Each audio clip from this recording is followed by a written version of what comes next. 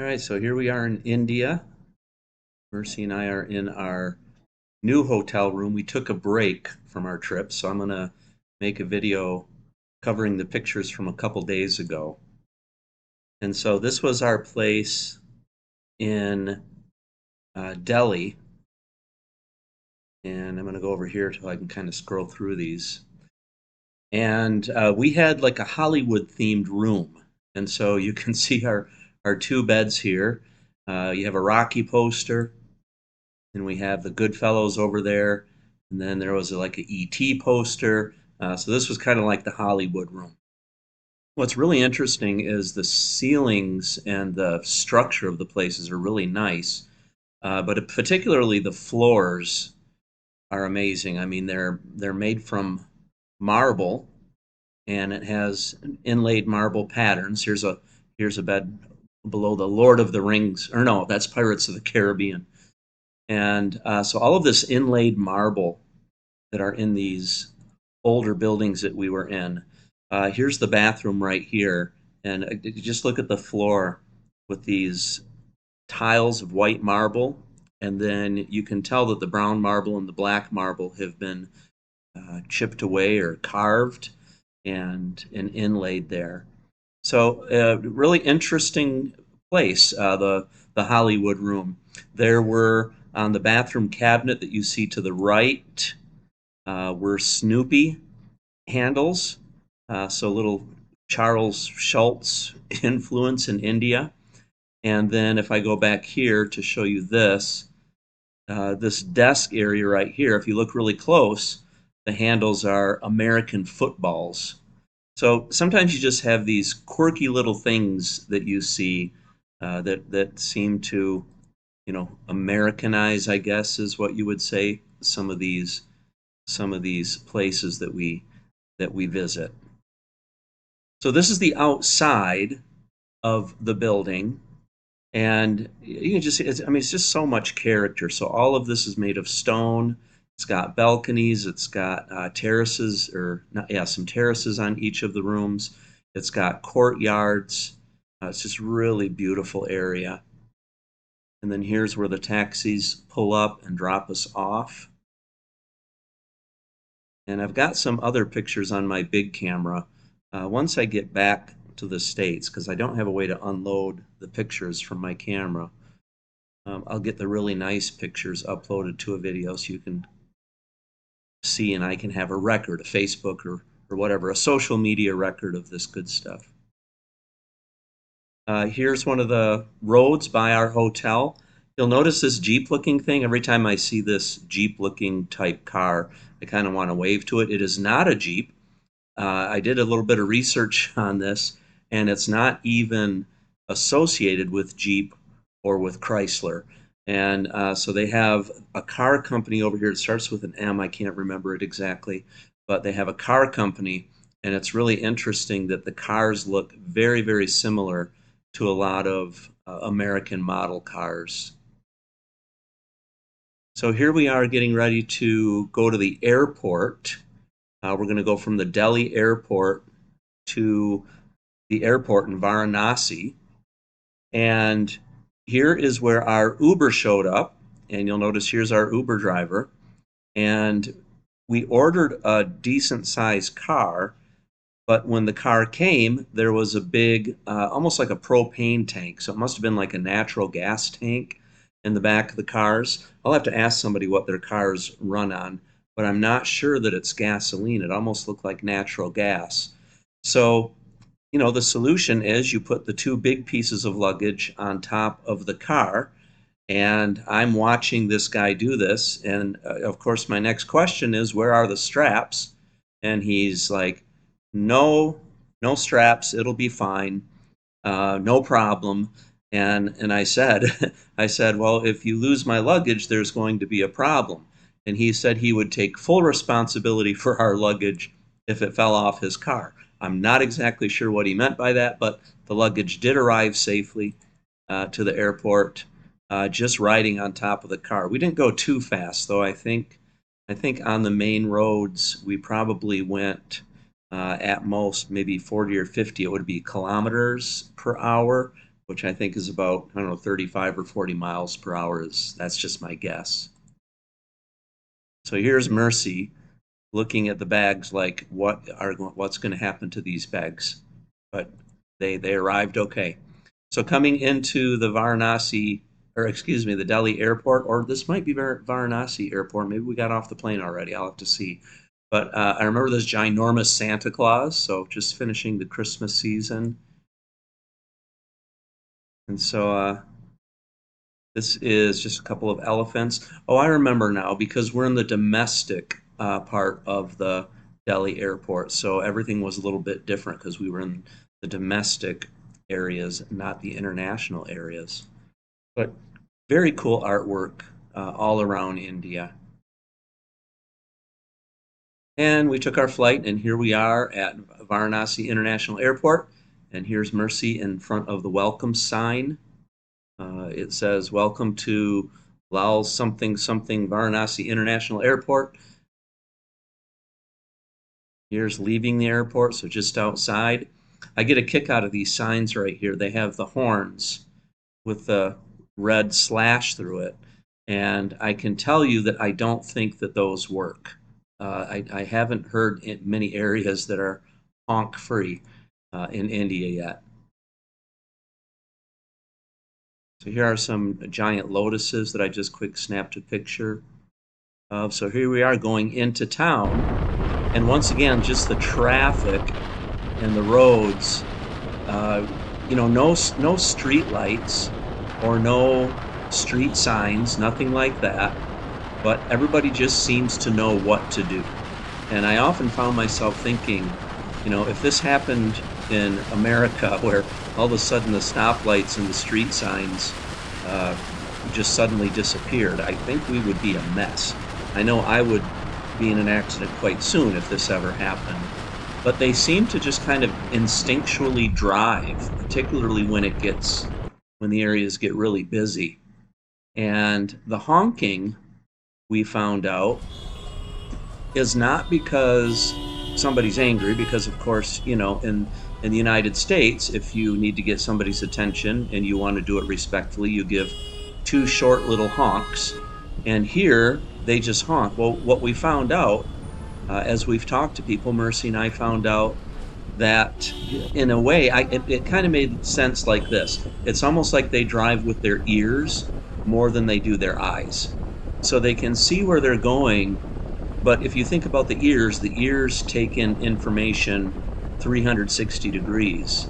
And it just makes more sense, in this context anyway, to drive with your ears.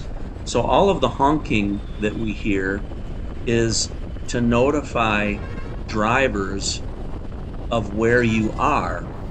And I noticed this when Mercy and I, at another point later on in these slides, Mercy and I took Mercy called it a pedicab, which is like a bicycle that pulls you on a cart. And I think I accidentally called it not a tuk-tuk, but a rickshaw. And it's not a rickshaw, it's a pedicab. But anyway, when I took some video there, it's just sitting on the back of that thing with all of the luggage while we're going toward our hotel and being in traffic. I could really see where I had to trust my ears to kind of, feel like I was halfway safe, because I was really quite worried about my kneecaps with everything passing, and I was sitting on the back of this pedicab.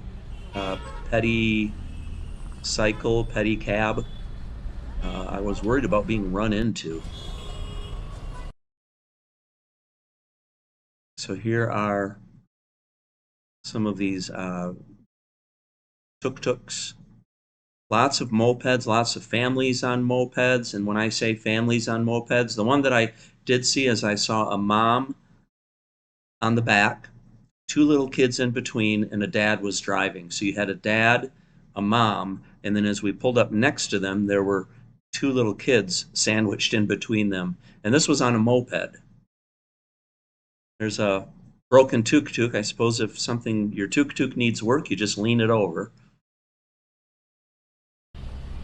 Just here's some more traffic.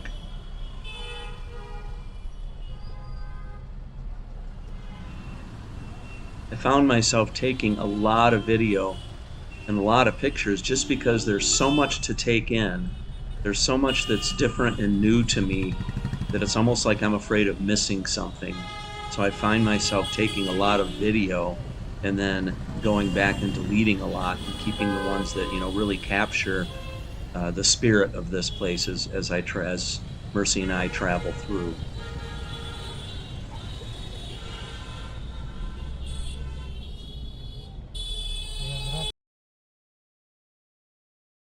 There's another tuk-tuk.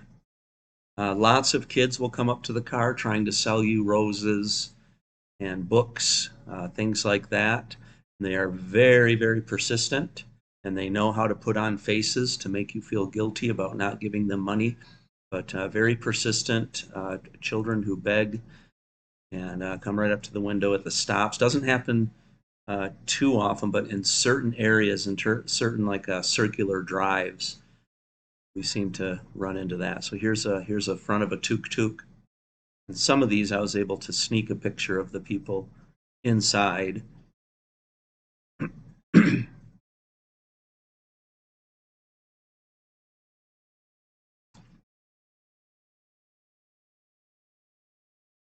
Here are what the police officers look like in Varanasi.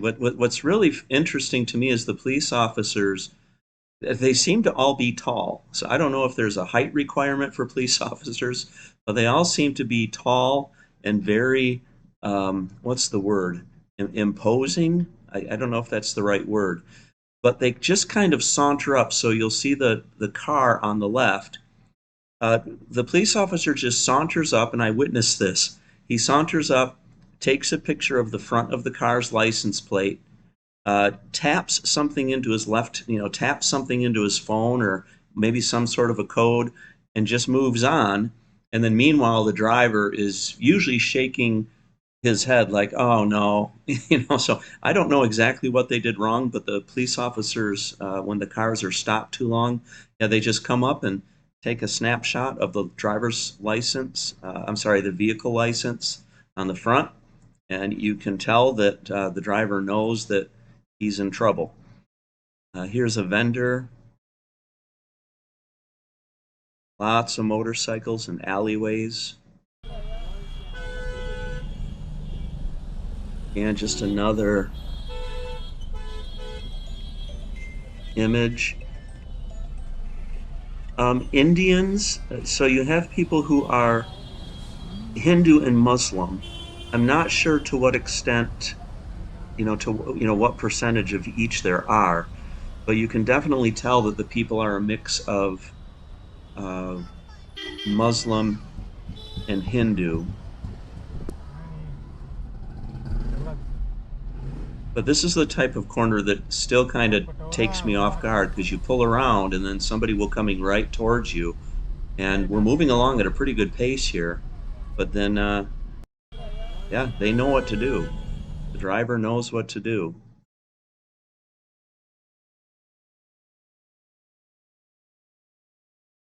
Lots of dogs in India. Every once in a while, a puppy. We've seen probably 5 or 6 puppies. We had to take a detour here. There was some sort of a parade. I wish I could have gotten more. I was hoping he was going to stop and turn around, but I was only able to get a few seconds here. But here we are taking a side street, so being detoured a little bit. So there's some sort of festival going on.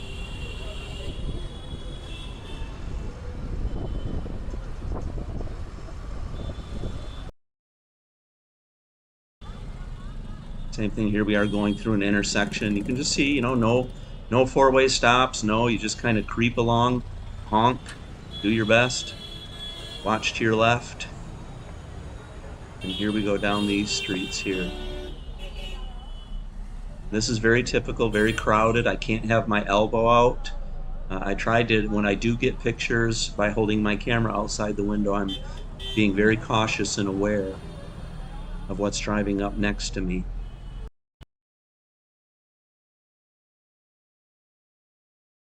So here's what happened. We drove up here a little bit, and then the driver, who was a Uber driver.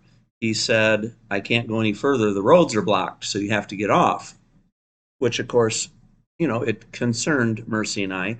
We feel safe going on here, but we never had all of our luggage, and so we stayed in the car and we, said, "No, you have to drive us there."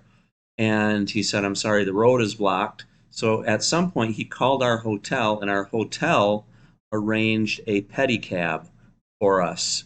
So we knew it was legit. We took our time to solve the problem. So here's Mercy and I with all of our luggage on the right side of this pedicab, and I'm sitting on the back. There's Mercy, all smiles in the front. And then here's what it looked like from my seat on the back of the pedicab.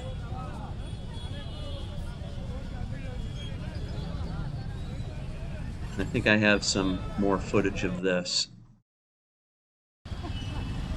But there we go. You can hear Mercy laughing at me in the background. Because they closed the road. And so she's sitting right behind me here. Here, I don't know if I can get you in here. Hi, did you see me? There you are. Yeah, I got you. All right. So here's our rickshaw driver. And here's the view behind.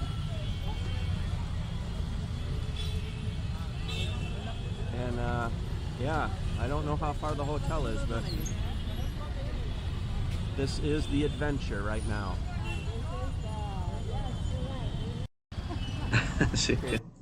So Mercy has had a great attitude through all of this. she just keeps smiling. It goes with the flow.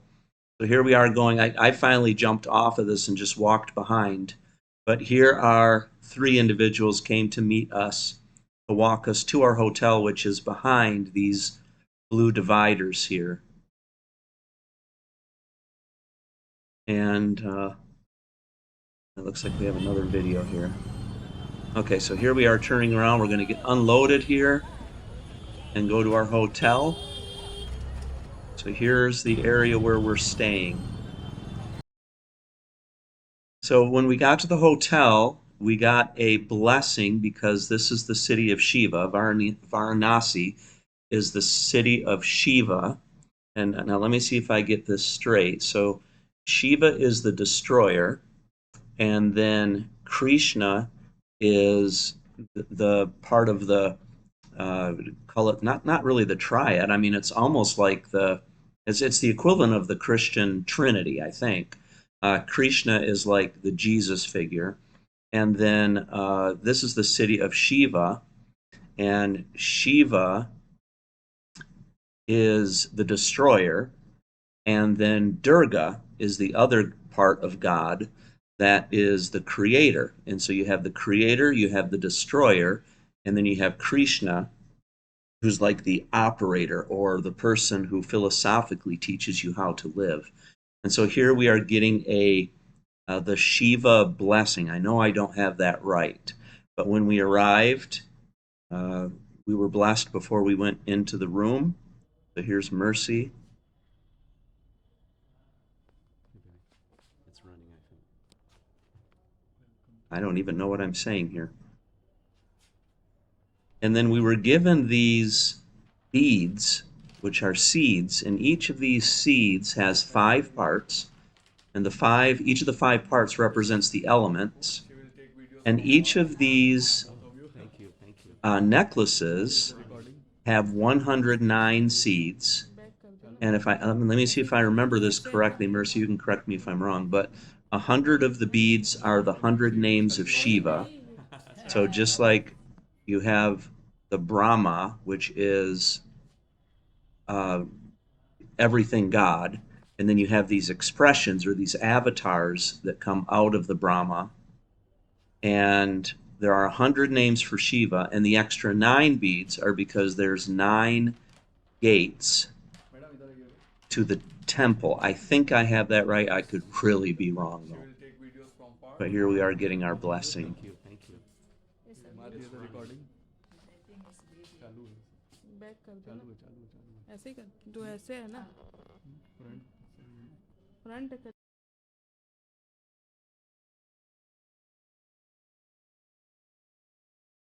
Let's see what else. There we go. There we are, the blessed couple.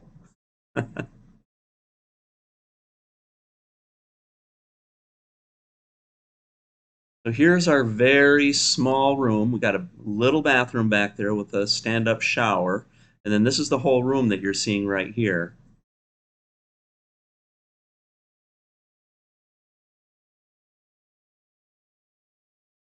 You can see I mean, the accommodations are nice. And what's really amazing, which again kind of to me reflects the whole pulse of India, is you can go from a busy street that is just chaos, and then you go through this little alleyway, in our case, to get to the Hotel Ganesh, and suddenly you just walk into these little hotels and you're welcomed, and it's just peaceful. And throughout the night, it was challenging. Not really here, but we'll talk about this at the next place that we stay. But this was really interesting because at night you could hear dogs fighting.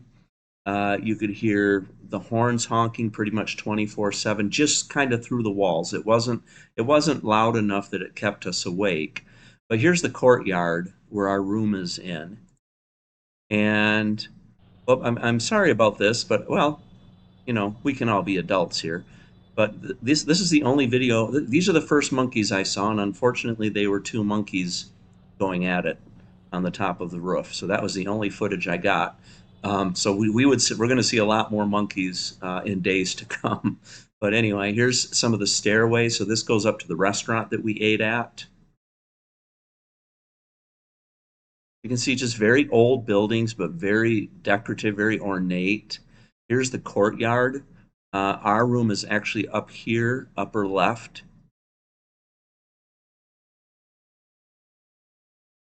Here's Mercy at night.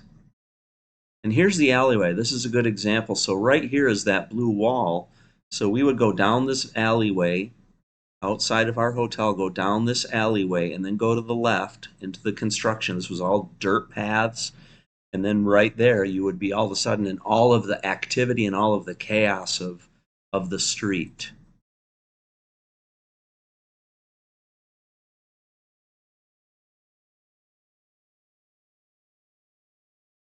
And then at nighttime, we did go out and we saw a lot of vendors. So here's a candy vendor, flowers, where you can purchase garlands for the temples. Here's a street view, so a lot of dirt streets. And Mercy and I would just walk through and we'd get a lot of interesting looks.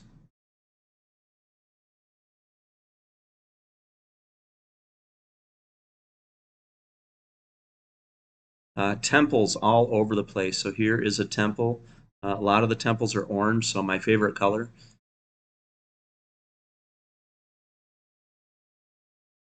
Here's a vendor called Dura Sugar or something like that, and they take milk and sugar and they just boil it for supposedly hours and hours. I'm not sure how long, but it turns into this really sweet drink that you can have. Now, I haven't had the courage yet, as of this point, I didn't have the courage yet to eat anything from in terms of street food, even though I have been told that, and before we came, I did some research and found out that as long as it's cooked over these stoves, it's fine to eat.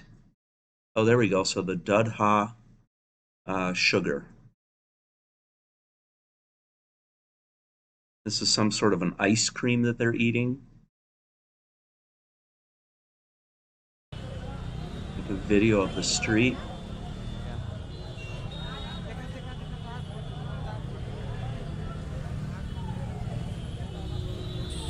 What surprises me is despite all of the honking and despite all of the people, uh, people here are incredible. I mean, they're just incredibly patient uh, for the most part, even with me trying to find my way around.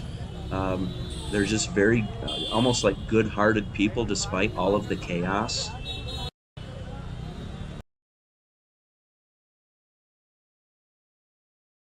Here are some more pictures. Here are some vendors. So here's a person who sold these textiles right outside right outside of the alley of the hotel we were located. Mercy in front of a restaurant. And we found a puppy. And then here we are at dinner. So the restaurant, the hotel we were at, the Hotel Ganesh Palace, had a restaurant with some live music. And so these were our entertainers for dinner. And of course, the gentleman on the left is playing drums. The gentleman on the right is playing some sort of a flute. And it was kind of interesting because as they were playing, I'll play this one first.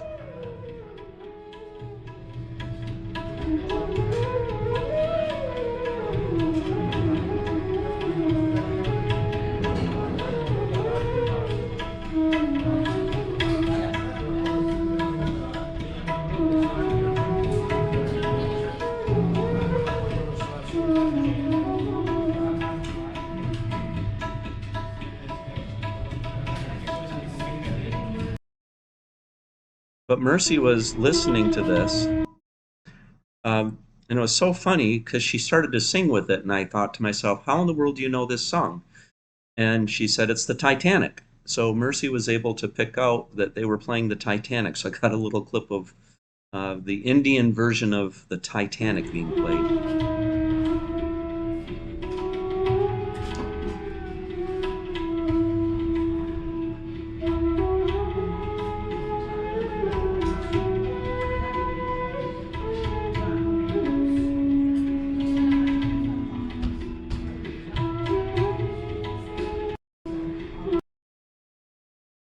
And here's our dinner.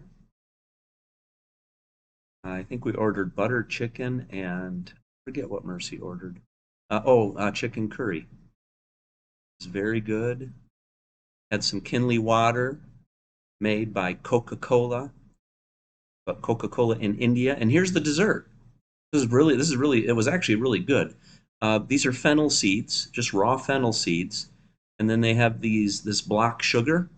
And what they do is the waiter put several grains of sugar and several fennel seeds, and you just chew it, and it just, I don't know, it almost like livens up your whole mouth, and it almost serves like almost like a mouthwash, because fennel seed is quite strong, has that really flavorful herbal smell. Here's the restaurant from further back.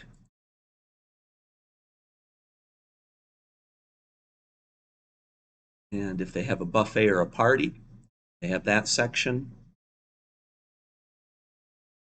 And they had all of these old, I don't know, call them artifacts, I guess, but an old television, typewriter, a guitar. Just lots of interesting little displays that you can see. So here's our waiter. He wanted to have a picture of us. What's really interesting is I'm up to 2 times now, but at this point in our day, we did have another family approach me. And it was funny because they reach out with their camera like they want me to take their pictures, which is what I'm used to. And so I reach out for their camera, and the next thing I know, they're surrounding me. And what it is they want to have a picture with me in it. So you'll notice from the pictures, if you look, there are no other white men with blonde hair that you see. You do see a lot of, we've seen a lot of white men with gray hair and a lot of white men, well, not a lot, but, with darker hair. But I seem to be the interesting one and I think it's a combination of my glasses with my earrings and my goatee beard or whatever that is and my hairstyle. But it's really interesting the looks that Mercy and I get. And there will come another time or two where people they just want to have a picture with me, which it's kind of interesting.